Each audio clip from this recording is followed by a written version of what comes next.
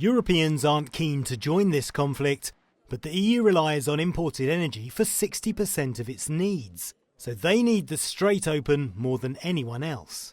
I had talks with Antonio Guterres about whether it was possible to also have the same kind of initiative like we had the Black Sea initiative, how to get the grain from Ukraine out, because the closure of Strait of Hormuz is really dangerous for the oil supplies, energy supplies to Asia. Spain, Germany and Italy have rejected President Trump's call for other countries to use their militaries to secure the Strait. The Europeans were already preoccupied with the economic fallout from the war in Ukraine. But with 15% less oil on the global market, countries are fighting harder to secure supplies.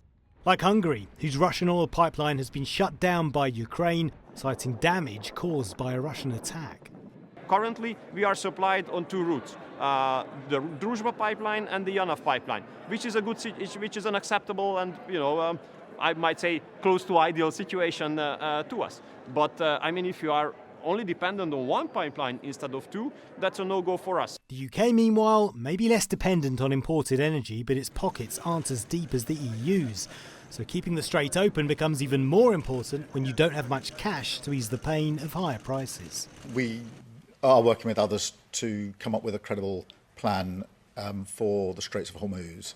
And it's never been envisaged to be a NATO mission. That'll have to be an alliance of partners, which is why we're working with partners both in Europe, in the Gulf and with the US. Mine hunting systems of ours are already in the region. We've already spoken about what we can do in relation to anti-drone capability. But this isn't just about what the UK can do, it's about how we play a part in bringing others together behind a viable plan. The risk for the UK and indeed any other country that decides it wants to get involved in the security operation in the Strait of Hormuz is that it could be drawn into the wider conflict in Iran. Paul Hawkins, TRT World, London.